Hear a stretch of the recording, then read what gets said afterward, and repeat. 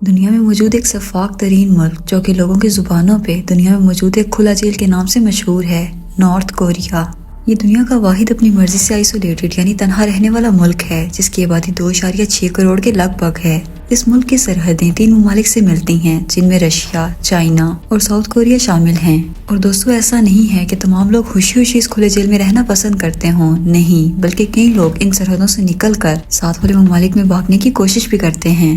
سال 2017 میں 24 سالہ ایک لڑکی اپنے بیٹے کے ساتھ بھاگتے ہوئے چین کے بارڈر تک جا پہنچی۔ اسے لگا کہ شاید وہ اس جہنم سے چھٹکارا پانے جا رہی ہے اور شاید کہ وہ اپنے بیٹے کو ایک اچھا مستقبل دے سکے، مگر اس کا یہ خواب تب چکناچور ہو گیا جب چائنا انٹر ہوتے ہی وہاں کی اتھارٹی نے اسے واپس نارتھ کورین سولجرز کو سونپ دیا، اور اس کے بعد آپ اندازہ لگا ہی سکتے ہیں کہ اس کے ساتھ کیا ہوا ہوگا۔ شدید ٹارچر کے بعد ایک دردناک موت۔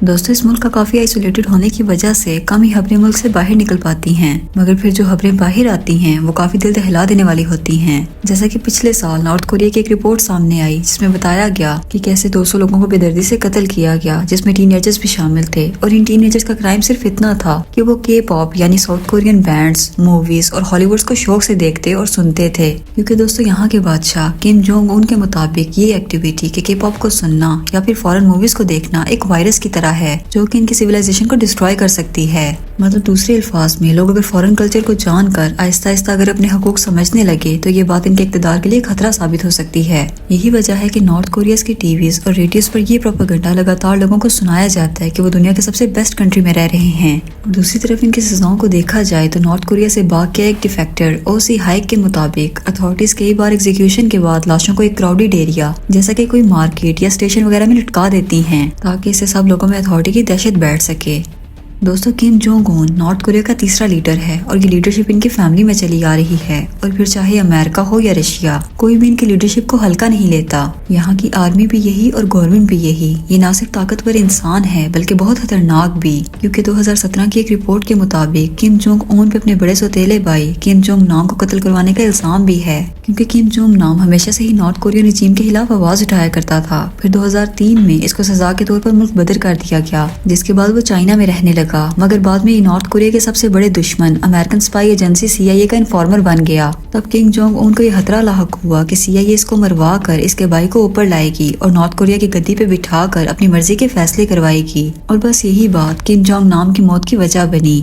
دوستو، نارتھ کوریا پر کم فیملی پچھلے 80 برس سے طاقت اور وائلنس کے دم پر راج کر رہی ہے۔ یہاں پیسہ صرف ان لوگوں کے پاس ہے جو پریزیڈنٹ کے ساتھ کھڑے ہیں۔ لوکل پاپولیشن کو کنٹرول میں رکھنے کے لیے ان کو غلام بنا کر ان سے کام کروایا جاتا ہے، اور اگر غلطی سے بھی کوئی حکومت یا پریزیڈنٹ کے خلاف بات کرنے کی کوشش بھی کرے تو اسے موت سے بھی بدتر سزا دی جاتی ہے۔ یہی وجہ ہے کہ نارتھ کوریا میں 60% لوگ غریبی کی زندگی بسر کر رہے ہیں، جس کا اندازہ آپ یہاں سے لگائیں کہ یہاں روڈ تو موجود ہیں مگر ان پہ چلانے کے لیے لوگوں کے پاس گاڑیاں موجود نہیں، کیونکہ یہ لوگ مشکل سے اپنا گزر بسر پورا کرتے ہیں کو جا کے گاڑیاں لے سکیں۔ اس ملک میں سوشل میڈیا سائٹس کی سروسز تک موجود نہیں۔ یہاں کے لوگوں کو معلوم ہی نہیں کہ کوئی فیس بک، واٹس ایپ، انسٹاگرام یا یوٹیوب جیسی بلائیں بھی اس دنیا میں موجود ہیں۔ یہاں انٹرنیٹ کی ڈیفینیشن ہی الگ ہے۔ اول تو یہاں کوئی ٹورسٹ جانا پسند ہی نہیں کرتا، لیکن اگر پھر بھی کوئی جانا چاہے تو نارتھ کوریا میں انٹر ہونے سے پہلے اسے ایک سخت سیکیورٹی سے گزر کر چیکنگ کروانا پڑتی ہے۔ ٹورسٹ کے فون کا تمام ڈیٹا چیک کیا جاتا ہے، اور اگر نارتھ کوریا کا برا امیج ایک بھی فوٹو میں پایا جائے تو اس فون کو ضبط کر لیا جاتا ہے۔ نارتھ کوریا میں رہتے ہوئے آپ انٹرنیشنل کالز بھی نہیں کر سکتے، کیونکہ وہاں پہ یہ بھی ایک کرائم ہے۔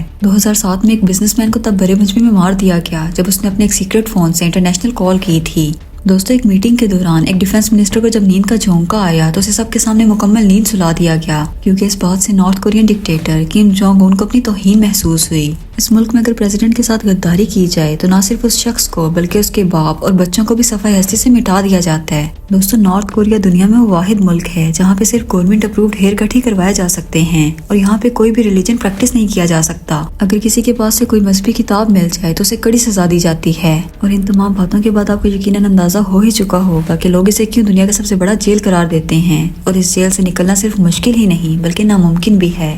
دوستو، اب رہا یہ سوال کہ کم جونگ اون اور اس کے باپ دادا نے اس ملک میں اتنی سختی کیوں کر رکھی ہے، تو اس کا صرف ایک جواب ہے، اور وہ ہے پاور۔ صرف اپنی پاور کو بچانے کے لیے ایسے ڈکٹیٹر عوام پر سختی بڑھاتے چلے جاتے ہیں، کیونکہ انہیں اندر ہی اندر معلوم ہوتا ہے کہ اگر میں نے اپنے لوگوں سے اپنا رعب ہٹا دیا تو سب سے پہلے وہ میرے ہی تخت کو کاٹ پھینکیں گے۔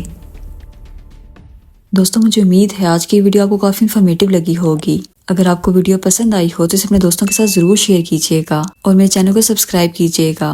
ملتے ہیں اگلی ویڈیو میں۔ اللہ حافظ۔